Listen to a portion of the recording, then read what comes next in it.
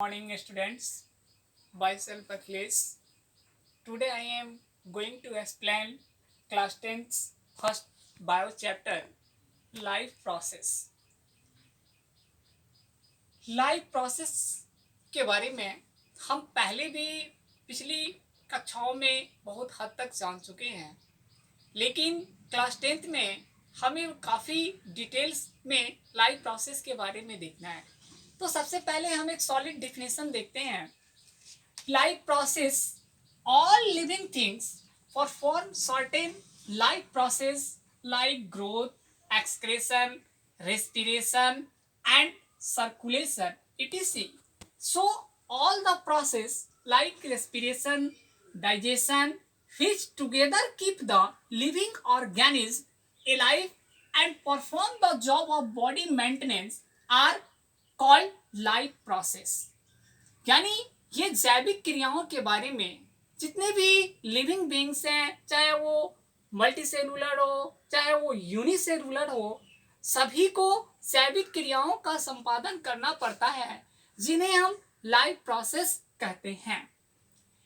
Life process के अंतर्गत हम growth, digestion, respiration, circulation, excretion यानी कि जो टॉपिक दी गई है इसके बारे में हमें डिटेल से अध्ययन करना है।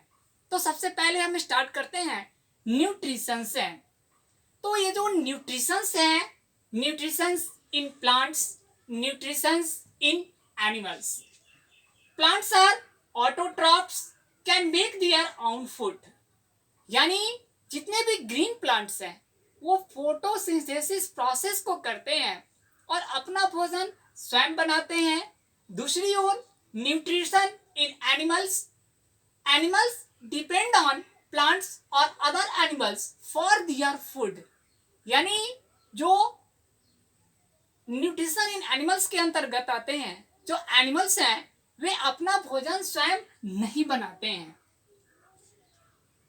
मोड्स ऑफ न्यूट्रिशन, न्यूट्रिशन को दो पार्ट में बांट दी गई, ऑटोट्रॉपिक मोड ऑफ न्यूट्रिशन और दूसरा heterotrophic mode of nutrition.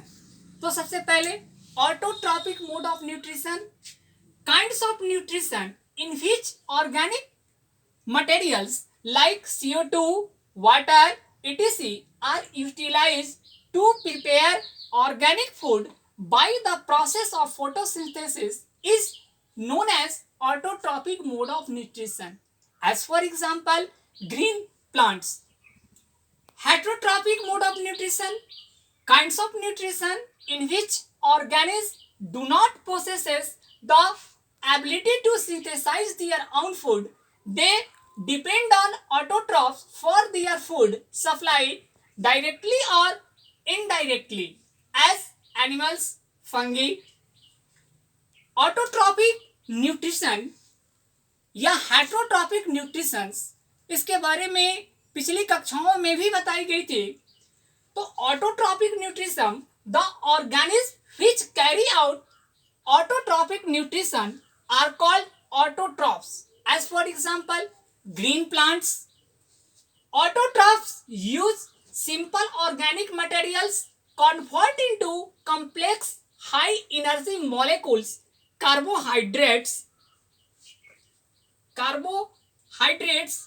Autotrophic nutrition is fulfilled by the process by which autotrophs take in CO2 and H2O and convert into carbohydrate in the presence of chlorophyll and sunlight. Equation 6 CO2 plus 12 H2O C6H12O6 glucose plus C6O2 plus 6H2O, ये इसका equation होता है, समीकरण होता है। Now next topics, raw material for photosynthesis. Photosynthesis process के लिए हमें कुछ रॉ मटेरियल्स की रिक्वायरमेंट होती है, जैसे सनलाइट, कार्बन डाइऑक्साइड, वाटर। तो सबसे पहले sunlight, chlorophyll. Sunlight absorb bye chlorophyll. Chlorophyll के बारे में हम भली भांति जानते हैं ये ग्रीन पिगमेंट्स हैं जो कि प्लांट सेल में पाई जाती है।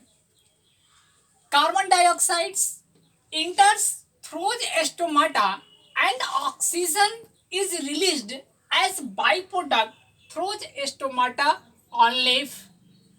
Water plus dissolved minerals like nitrogen, phosphorus, etc. are taken up by the roots from the soil. ये 3 रॉ मटेरियल्स हुए फोटोसिंथेसिस प्रोसेस को पूरा करने के लिए।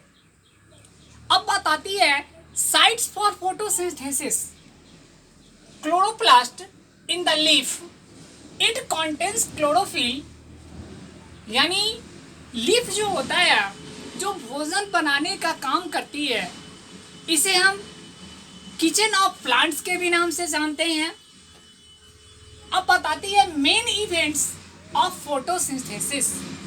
फोटोसिंथेसिस प्रोसेस के अंतर्गत होने वाले जो इवेंट्स हैं, तो पहला events absorption of light energy by chlorophyll.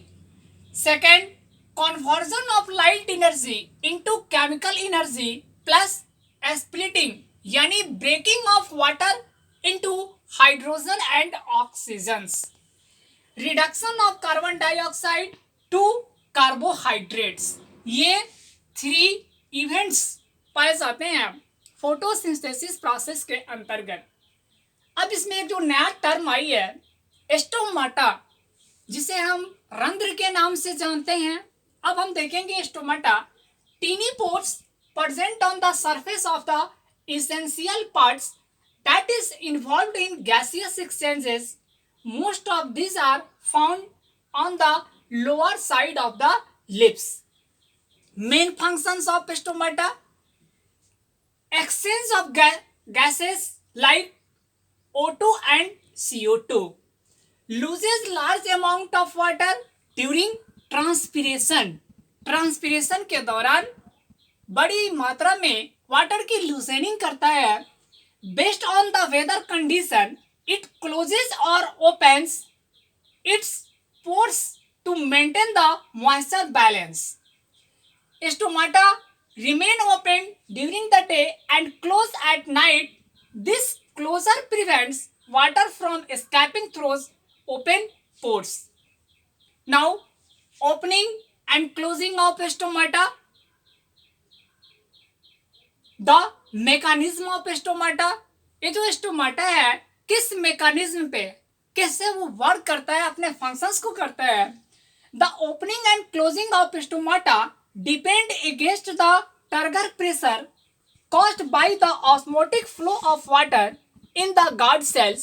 When the guard cells are expanded, the stomata open and closed.